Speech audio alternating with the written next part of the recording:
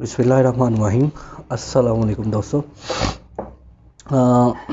आज हमारा टॉपिक है हाइब्रिडाइजेशन और ये सेकंड ईयर चैप्टर नंबर 7 का लेक्चर नंबर 7 है। लास्ट लेक्चर को मैंने लेक्चर 7 कह दिया था, वो 7 नहीं था, वो 6 था। ये लेक्चर नंबर 7 है, ठीक है। तो हाइब्रिडाइजेशन की पहले डेफिनेशन कर लेते हैं, फिर उसके बाद इसकी एक्सप्लेनेशन करेंगे। हाइब्रिडाइजेशन क्या है? ये एक प्रोसेस है। किसका? ये प्रोसेस है मिक्सिंग का।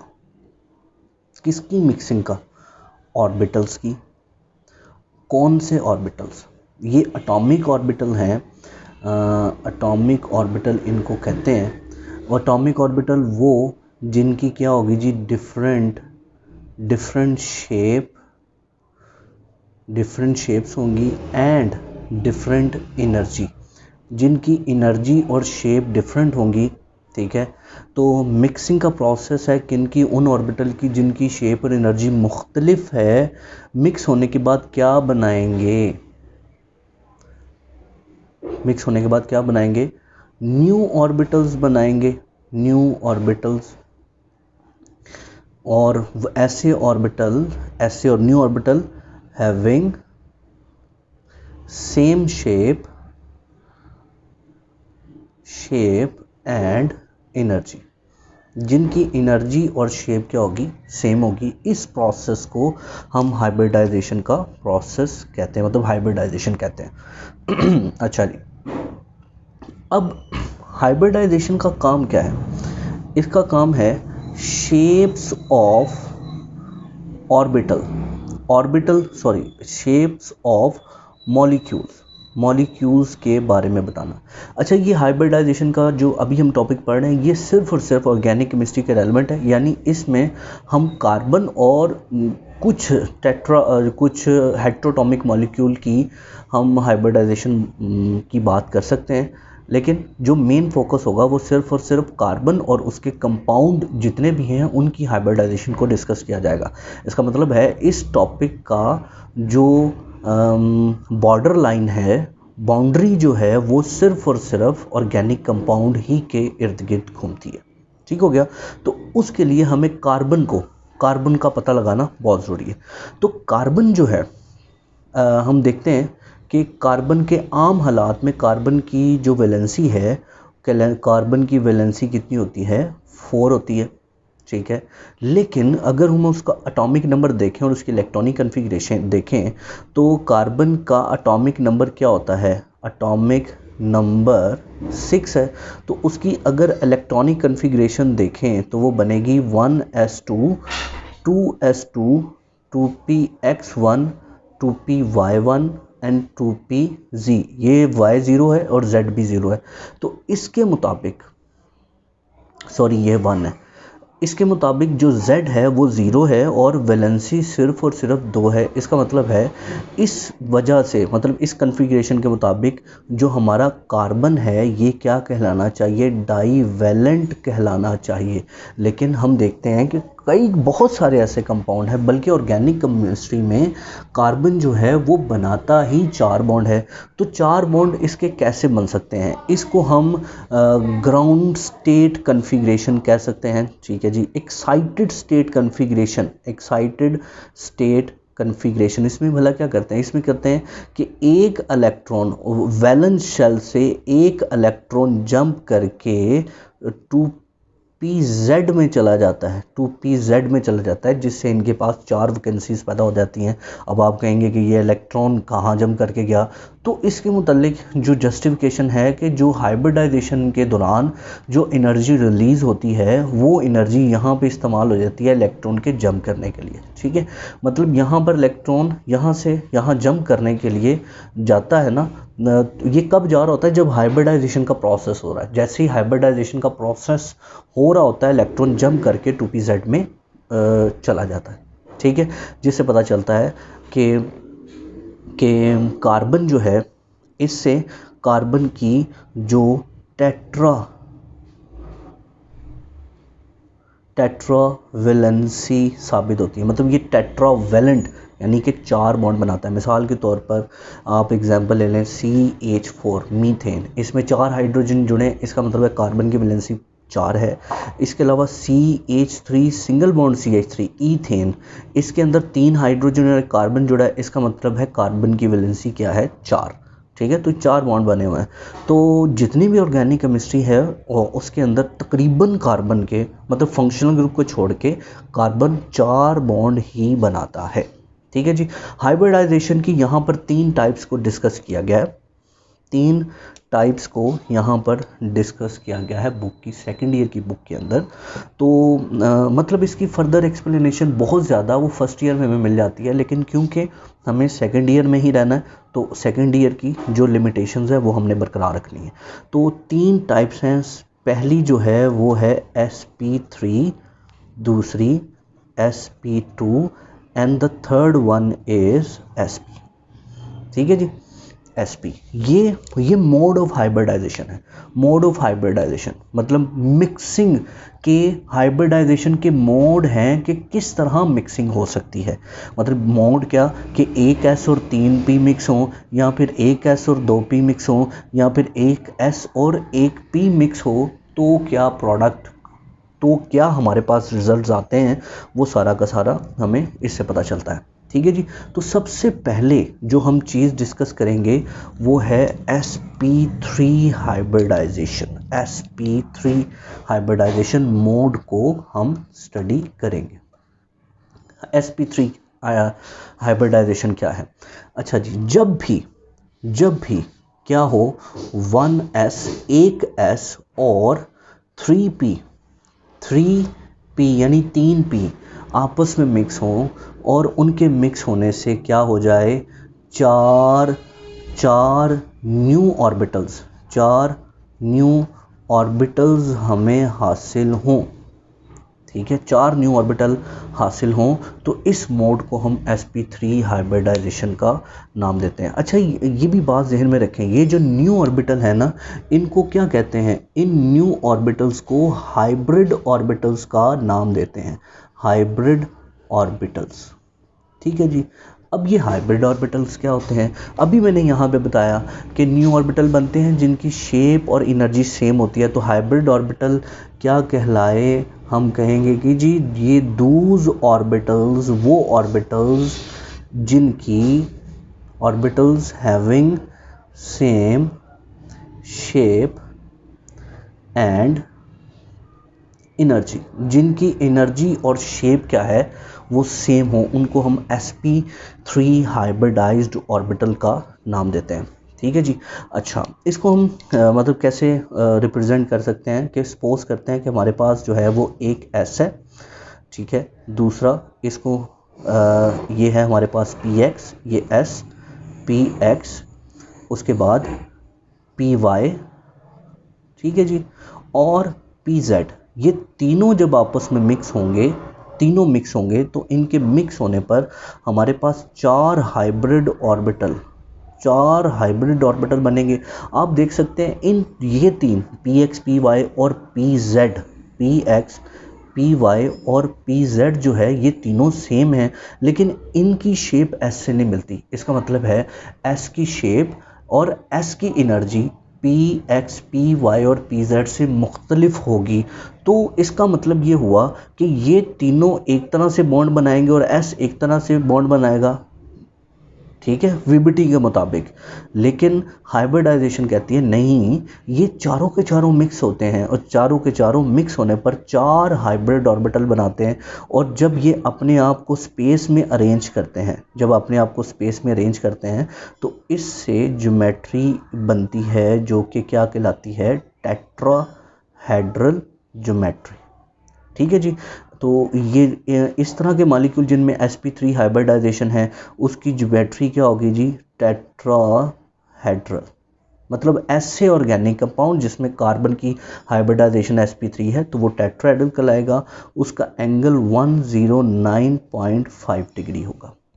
ठीक है, ये फिक्स है। वैसे तो हम जो फर्स्ट ईयर में ऑर्गेनिक केमिस्ट्री पढ़ते हैं और फर्स्ट ईयर की ऑर्गेनिक केमिस्ट्री में क्योंकि लॉन पेयर शामिल होते हैं, तो क्योंकि यहाँ पर अमूमन मैं बात कर रहा हूँ, अमूमन कार्बन पर लॉन पेयर नहीं आता या इलेक्ट्रॉन का पेयर नहीं आता, तो अमूमन की बात है, तो उस सूरत में यहाँ पर हाइब्रिडाइजेशन जो है वो नहीं रहती, मतलब टेट्राहेड्रल ही रहती है, चेंज नहीं होती। ठीक है, चंद एक जगह ऐसी हैं जहाँ पर चेंज हो भी जाती है, वो एक्सेप्शनल केसेस हैं और उसका हमारे जो सिलेबस है उससे ताल्लुक़ नहीं है भी। लेकिन अगर हम एमडी कैट स्टडी कर रहे हो या एमडी कैट या कोई और एंटी टेस्ट स्टडी कर रहे हो, तो फिर हम कह सकते हैं कि ऐसा मुमकिन है और हम उस पर बात भी कर सकते हैं, लेकिन फ़िलहाल हमारी बात इस पर नहीं होगी। तो सबसे पहले हम एग्ज़ाम्पल लेते हैं। एग्ज़ाम्पल किससे रेलेवेंट, sp3 से रेलेवेंट एग्ज़ाम्पल हम डिस्कस करते हैं। तो लो जी, sp3 में सबसे पहले जो एग्ज़ाम्पल है जो मैंने पहले ही लिखा था वो है मीथेन। मीथेन में कार्बन ने कितने बॉन्ड बनाए हैं, 4 बॉन्ड बनाए हैं। तो सबसे पहले मतलब मेरा इसको सॉल्व करने का अपना एक तरीका है, वो ये कि कार्बन की सबसे पहले हम क्या लिखते हैं, एटॉमिक नंबर ऑफ कार्बन, वो क्या है, वो है जी 6। तो हम इसकी G state, ground state electronic configuration लिखेंगे, वो है 1s2 2s2 2px1 2py1 and 2pz0। तो इसके बाद हम इसकी एक्साइटेड स्टेट कन्फिग्रेशन लिखते हैं, एक्साइटेड स्टेट कन्फिग्रेशन। तो उस सूरत में ये होगा 1s2 2s1 2px1 2py1 and 2pz1। आप सोच रहे होंगे कि इलेक्ट्रॉन इधर से जंप किया, इधर से क्यों नहीं जंप किया, तो बिल्कुल ठीक आपने सोचा, क्यों नहीं, क्योंकि वैलेंस शेल तो ये है ना, वैलेंस शेल ये है, ये वाला वैलेंस शेल नहीं है, ये तो इनर शेल है। इलेक्ट्रॉन इनर शेल से उठ के वैलेंस शेल में नहीं जाते। ठीक है, कम से कम ऑर्गेनिक केमिस्ट्री में कार्बन के लिहाज से तो ऐसा मुमकिन नहीं होता, लेकिन अगर हम ट्रांजिशन एलिमेंट की बात कर रहे हैं तो उसमें हमारा ये बात अप्लाई नहीं होती, वो कुछ और चीज़ है। तो अगर हम कार्बन की बात कर रहे हैं तो कार्बन के केस में इनर शेल से इलेक्ट्रॉन जंप के जो हायर शेल है उसमें नहीं जा सकते, ये फॉरबिडन है। तो इलेक्ट्रॉन जो है वो सिर्फ और सिर्फ कहाँ से कहाँ ट्रांसफ़र हो सकते हैं, valence shell to valence shell. Valence shell का मतलब 2 इसके साथ है और बाकियों के साथ भी 2 है, इसलिए इलेक्ट्रॉन 2s से उठकर 2pz में जाएगा। अच्छा, तो इसके मुताबिक क्योंकि देखो 4 बॉन्ड बने हैं और 4 ही वैकेंसीज़ हैं, 4 वैकेंसीज 4 बॉन्ड, इसका मतलब है कि इन ये चारों जब आपस में मिक्स हुए होंगे तो इन चारों ने बॉन्ड बनाया होगा। तो देखो जी, इनको मैं मतलब ये डिब्बों की शक्ल में शो कर रहा हूँ कि ये डिब्बे जो हैं ये sp3 हाइब्रिड ऑर्बिटल हैं, इनमें एक और एक इलेक्ट्रॉन है। इन सबको मैं क्या कहूँगा, sp3 sp3 sp3 sp3। आप सोचेंगे इसका नाम क्यों बदला, मतलब हम इन ऑर्बिटल को क्या पुकारें, हम इन ऑर्बिटल को sp3 ऑर्बिटल पुकारेंगे। आप सोचेंगे जी क्यों पुकारें, क्योंकि अब जब ये मिक्स हो जाएं तो मिक्स होने के बाद ये ना s रहेंगे, ना px रहेंगे, ना py रहेंगे, ना pz रहेंगे, ये सिर्फ और सिर्फ sp3 हो जाएंगे, क्योंकि ये तीनों के चारों के मिलने से बने हैं। तो कार्बन की इस लिहाज से जो ज्योमेट्री हो जाएगी वो क्या होगी, कार्बन ये ऑर्बिटल, दिस वन ऑर्बिटल, ये ऑर्बिटल, 4 ऑर्बिटल हो गए। ठीक है, तो इसमें ये हमारे पास क्या लग गई, हाइड्रोजन, ये हाइड्रोजन, हाइड्रोजन और ये हाइड्रोजन, और इनमें हम एक एक इलेक्ट्रॉन जो है वो शो कर देंगे, बल्कि 2-2 इलेक्ट्रॉन शो करेंगे, एक हाइड्रोजन का, एक कार्बन का, एक हाइड्रोजन एक कार्बन, एक हाइड्रोजन एक कार्बन, एक हाइड्रोजन और एक कार्बन। ठीक हो गया। तो इस सूरत, इस वजह से जो कार्बन की जो ज्योमेट्री बनेगी वो क्या होगी, hydrogen hydrogen hydrogen and hydrogen. अच्छा, इसमें जो एंगल है वो 109.5 डिग्री का एंगल होगा। अच्छा, ये टेट्राहेड्रल ज्योमेट्री है और टेट्राहेड्रल ज्योमेट्री में ना ये जो आपको नज़र आ रहा है ना, ये नज़र आ रहे हैं 1 2 3 के, ये इस तरह नहीं, ये इस तरह नहीं होते। ये जो सेंटर वाला होता है ये यहाँ तो थोड़ा ऊपर होता है, ठीक है, यहाँ पर ऊपर, यहाँ तो ऐसे ऊपर होता है, या फिर ये दोनों ऐसे होते हैं, थोड़े से ऊपर होते हैं। ठीक है। तो ये हमें नज़र ऐसे ही आता है कि ये जो है वो स्ट्रेट लाइन जा रही है, नहीं, ये थोड़ा सा ऊपर मतलब आगे पीछे होते हैं, यहाँ ये दो आगे होंगे या फिर इन दोनों के ये पीछे होगा, तो स्ट्रेट वैसी चीज़ नहीं बन पाएगी। तो यहाँ पर हमारे पास क्या बना, यहाँ पर हमारे पास बना जी 4 बॉन्ड बनाए हैं और ये चारों के चारों क्या हैं, इसके अंदर 4 सिग्मा बॉन्ड मौजूद हैं, इसमें 0 पाई बॉन्ड मौजूद है। 4 सिग्मा बॉन्ड 0 पाई बॉन्ड, वजह क्योंकि यहाँ पर जो बॉन्डिंग हो रही है वो sp3 विद s हो रही है, और ये जो बॉन्डिंग आपको नज़र आ रही है ये हेड टू हेड है। हेड टू हेड मतलब जब कभी ऑर्बिटल इस तरह मिलेंगे आके, इस तरह हेड टू हेड, तो उस सूरत में बॉन्ड बनेगा सिग्मा, और ये हमेशा ये बॉन्ड ज़्यादा स्ट्रॉन्ग होता है किसकी बनिस्बत, ये पाई बॉन्ड की बनिस्बत ज़्यादा स्ट्रॉन्ग होता है। ठीक हो गया। अगली एग्जांपल पे चलते हैं। अच्छा जी इसमें जो इथेन है आप देख सकते हैं कि यहाँ पर तीन हाइड्रोजन के साथ बॉन्ड बने और एक बॉन्ड कार्बन के साथ बना हुआ है। इसका मतलब है यहाँ पर भी 4 सिग्मा बॉन्ड ही हैं, 4 सिग्मा बॉन्ड ही हैं। ठीक है, तो ये एक बहुत अच्छा तरीका है किसी भी कार्बन की हाइब्रिडाइजेशन को जज करने का, बजाय इसके कि हम उसके लिए पूरा प्रॉपर इलेक्ट्रॉनिक कन्फिग्रेशन बनाएं। तो अगर हमने कार्बन की इलेक्ट्रॉनिक कन्फिग्रेशन देखनी है और देखनी है कि ये sp3 है या नहीं, तो आपने ये चेक करना है कि इस कार्बन के साथ कितने एटम जुड़े हुए हैं। अगर 4 एटम जुड़े हुए हैं ना तो sp3 हाइब्रिडाइजेशन होगी। ये लिख लो बात, ये बहुत आसान नुस्खा है। तो इसकी जो कन्फिग्रेशन है कार्बन की, क्योंकि ये दोनों कार्बन सेम है इसलिए उनकी कन्फिग्रेशन सेम होगी, और कन्फिग्रेशन वही होगी जो हमने पीछे मीथेन की देखी है। ठीक है, सिर्फ और सिर्फ, और इनकी हाइब्रिडाइजेशन भी क्योंकि सेम होगी। ठीक है, क्योंकि दोनों कार्बन के पास जो वैकेंसीज हैं वो सेम वैकेंसीज होंगी, 4 की 4 वैकेंसीज। चलो आप कहते हैं तो मैं कर देता हूँ, लेकिन मैं शुरू करता हूँ एक्साइटेड स्टेट से। एक्साइटेड स्टेट ऑफ कार्बन, तो ये बनेगा 1s2 2s1 2px1 2py1 and 2pz1 होगा। तो ये चारों के चारों जब आपस में मिक्स होंगे तो ये 4 हाइब्रिड ऑर्बिटल, और ये सारे के सारे sp3 और sp3 होंगे। ठीक हो गया। अच्छा जी, अब देखो दोनों तरफ कार्बन है, इस तरफ भी एक कार्बन, ठीक है, और दूसरी तरफ भी एक कार्बन। अब ये टेट्राहेड्रल को ना आपको थोड़ा सा अलग से बनाना पड़ेगा, मतलब पहले हमने बिल्कुल सीधा बनाया था, अब इसको इस तरह बनाना पड़ेगा। ठीक है, फर्स्ट लूप जो था वो ऊपर आया था, अब वो इधर आएगा। तो मैं फर्स्ट लूप जो बना रहा हूँ वो ये फर्स्ट लूप है। ठीक है, ये वाला सेकंड लूप, ये थर्ड, और ये लूप होगा फोर्थ। इसी तरह इसका जो फर्स्ट लूप होगा वो इसके अंदर हम मिक्स कर देंगे। पहला हो गया, उसके बाद दूसरा, उसके बाद ये थर्ड, और ये लूप होगा फोर्थ लूप। ठीक हो गया।